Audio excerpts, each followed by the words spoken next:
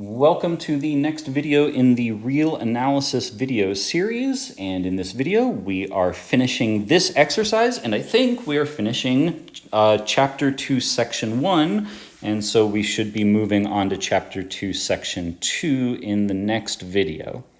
But let's finish up this exercise. So we're stating all the duals for the theorems we just proved for infs, and so here they are.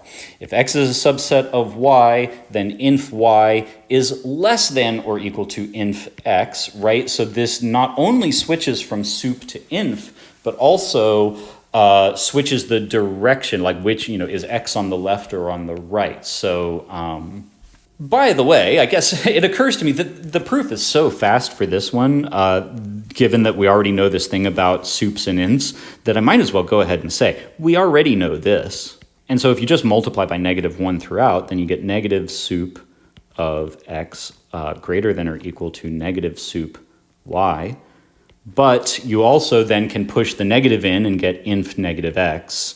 Sorry, never mind. Sorry. I thought it was that easy, but it's not that easy. So anyway, you would just do a direct proof, very similar to the style of proof that we did in the sup case. So in any case, for 2, the dual is really just switching inf and sup. That really is all there is to the dual.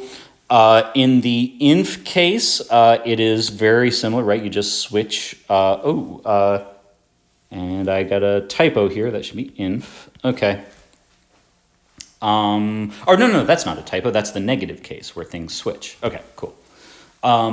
And then a similar statement for the inf, if and only if, for all epsilon, positive real number epsilon, alpha is a lower bound. And for every real positive epsilon, alpha plus epsilon is not a lower bound. So there's a little bit of subtlety in what you have to change to get the dual, but there they are.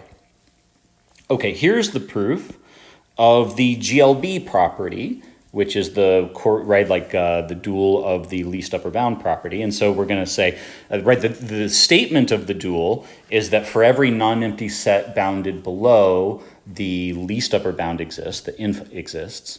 And so by a very similar proof, we know that negative x is a set non-empty and bounded above, so its sup exists, and then we prove this inequality by merely letting the negative pass into over the inf, flipping it to a sup, and we get I think I'm misstating the logic here. The basic logic is to show that negative x is a non-empty set bounded above, therefore its sup exists, and then from the previous theorem, we know that whenever that is the case, the inf of negative x exists, which is all I'm really using here.